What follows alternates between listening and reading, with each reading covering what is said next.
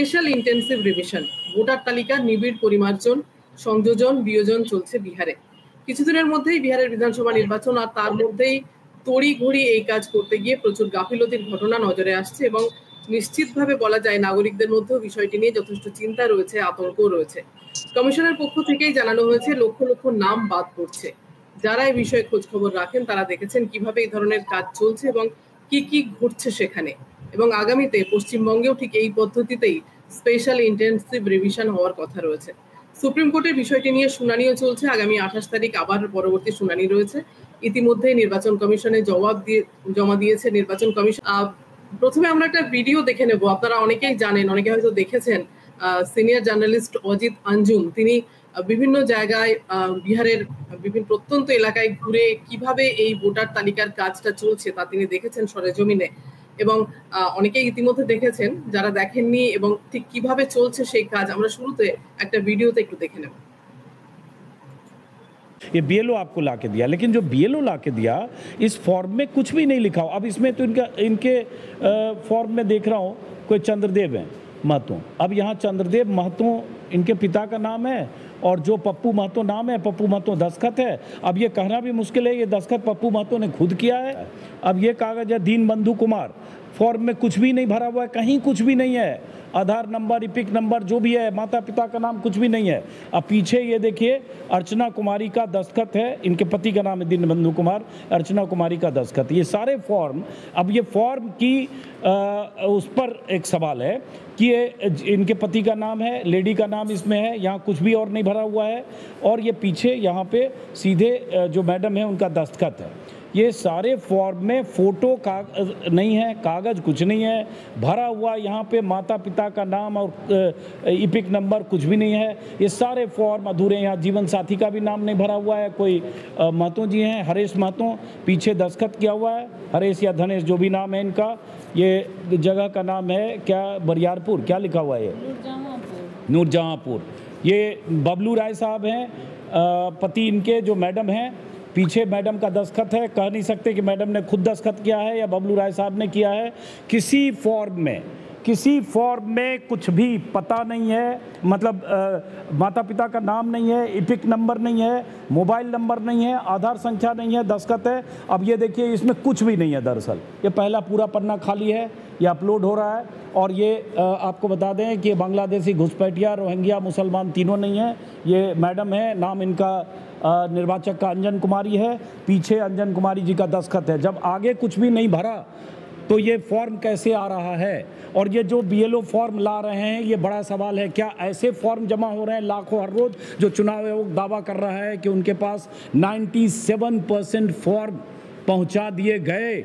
चुनाव आयोग दावा कर रहा है कि इसका आज का कितना है, 75 एक्चुअल देख के निकालो, 74 एक्चुअल देख के निकालो, 74 पॉइंट समथिंग % फॉर्म कलेक्ट कर लिए गए, कल का दावा। अगर ये फॉर्म कलेक्शन है तो बहुत हैरानी की बात है, इसमें कुछ भी नहीं लिखा हुआ है। এটা অ্যাকচুয়ালি অজিত অঞ্জুম যেভাবে দেখিয়েছে, এবং তারপর আমি দেখলাম দৈনিক ভাস্করের একটা খবর বেরিয়েছে।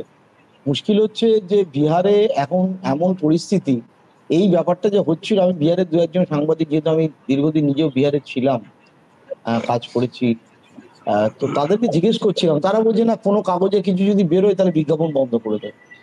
তো এটা হচ্ছে এমনকি লোকাল টিভি চ্যানেলেও কেউ দেখাচ্ছে, অথচ সমস্ত সব লোক জানে যে আপনার ঘরে চুরি হচ্ছে, ডাকাতি হচ্ছে, মার্ডার হচ্ছে, কিন্তু সেইটা কখনো সংবাদ মাধ্যমে আসছে না, সাধারণ মানুষ জানতে পারছে না। বিষয়টা প্রায় এই রকম। আসলে অত্যন্ত ওয়েল ডিজাইন হয়েছে বিহারে করা হচ্ছে এই কারণে যে যারা ভোটাররা বিহারে খুব পরিষ্কার। ভোটারদের মধ্যে ব্রাহ্মণ যারা, রাজপুত যারা, সে সংখ্যাধিক্য রাজপুত, কারণ অল্প কিছু রাজপুত এখনো লালুকে ভোট দেয়। ভূমিহার যারা এবং যারা বিজেপির কোর ভোটার, তারা একটুখানি বিত্তবান, তাদের খাতে পয়সা করিয়ে আছে। উল্টো দিক থেকে ইন্ডিয়া ব্লকের যারা ভোটার, সেই ভোটারদের একটা বড় সেকশন হচ্ছে এই নামগুলো যেগুলো অজিত অঞ্জুম পড়ছিলেন, খেয়াল রাখতে হয়, মাহাতো, রায় মানে হচ্ছে গোয়ালা, মানে যাদব, মাহাতো, এই যে সেকশনটা ওবিসির, এই সেকশনটা কিন্তু বেসিক্যালি ইন্ডিয়া ব্লকের ভোটার বা লালুদের ভোটার।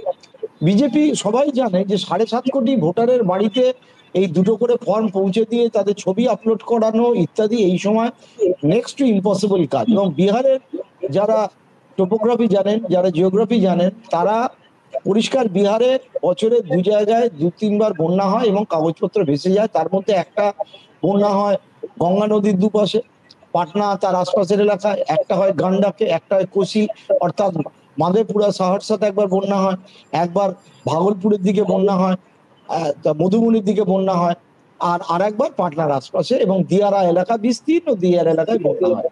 সুতরাং তাদের কাছে এই সমস্ত জন্মের প্রমাণপত্র যেগুলোকে রাখার কথা বলা হচ্ছে, যে প্রমাণপত্র রেডিলি অ্যাভেলেবল বা হারিয়ে গেলে অ্যাপ্লাই করলে পাওয়া যেতে পারে, একবার আপলোড হয়ে গেলে, যেমন Aadhaar card, voter card, PAN card বা রেশন কার্ড, এই চারটেকে প্রথম থেকেই বলে দেওয়া হয়েছে যে আমরা কোনো মান্যতা দিই না। ভারতে আজ পর্যন্ত এইরকম কোনো ঘটনা ঘটেনি। যতদিন না এপিক কার্ডে ভোট হলেও, এপিক কার্ডের বরাবর যখন ভোটার, এই 24 সালেও যখন ভোট হয়েছে, তখন পরিষ্কার বলা থাকে আপনার যদি এপিক কার্ড না থাকে তাহলে আপনি আর কি পরিচয়পত্র দেখিয়ে ভোট দিতে পারেন, তার মধ্যে এই চারটে লেখা থাকে। ভারতের নাগরিকত্ব আলাদা বিষয়, কে নাগরিক কে নাগরিক না সেটা ইলেকশন কমিশনের দেখারও কথা নয়।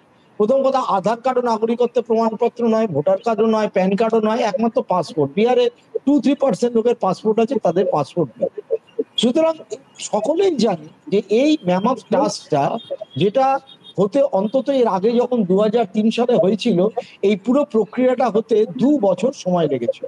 এইটা করতে 1.5 থেকে 2 বছর যেরকম সেন্সাসে সময় লাগে, তার আগে এটা হওয়া সম্ভব না। কারণ আমি আজকে বিহারের শ্রমিকই হোক আর বিহারের একজন আইটি ইঞ্জিনিয়ারই হোক, সে তার বাড়ি হয়তো মধুবনী জেলায় বা সাহারসা জেলায় বা পূর্ণিয়া জেলায় বা রোহতাস জেলায়, সে যদি চাকরি সূত্রে কলকাতায় আসে বা রিক্সা টানতে আসে বা আইটিতে কাজ করতে অন্য কাজে যায়, তার সে কি ভোটার তালিকাটা বিহারের বাসিন্দারা ভোটার তালিকাটা, ভোটার কার্ডটা একই জায়গায় থাকে, সকলেরই তাই না।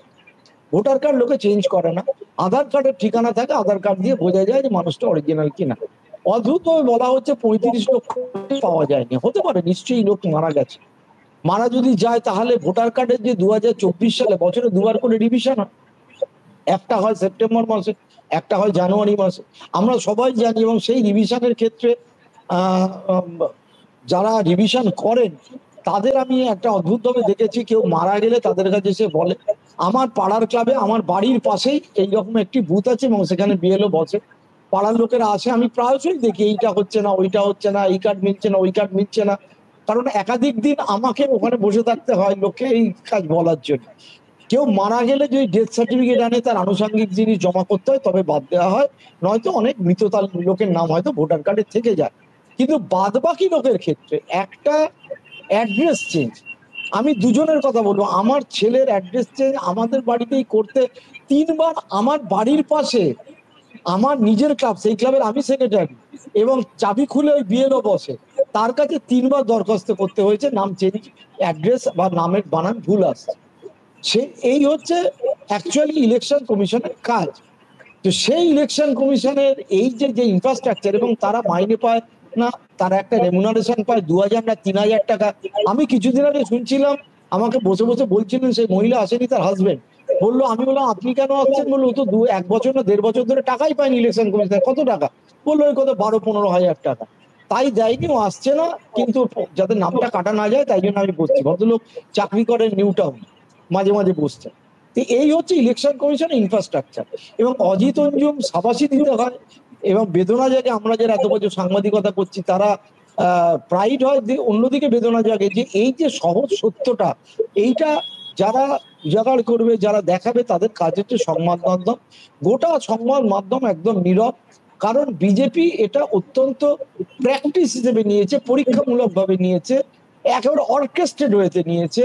এইটা যদি সাকসেসফুল হয়ে যায়, আজকে বলছে 35 লাখ লোকের নাম বাদ গেল, আপনারা দেখেছেন। এর আগে বলেছিল, একটা ভাসিয়ে দেওয়া হয়েছিল একটা রবিবার দিনকে, যে প্রচুর বাংলাদেশি, পাকিস্তান, বাংলাদেশি, নেপালি আর রোহিঙ্গার নাম নাকি আছে। সূত্র বলছে, যেটাকে তেজস্বী মূত্রের সাথে তুলনা করেছিল, ঠিকই করেছিল। কারণ হচ্ছে এটা সম্পূর্ণ অসত্য কতগুলো কথা।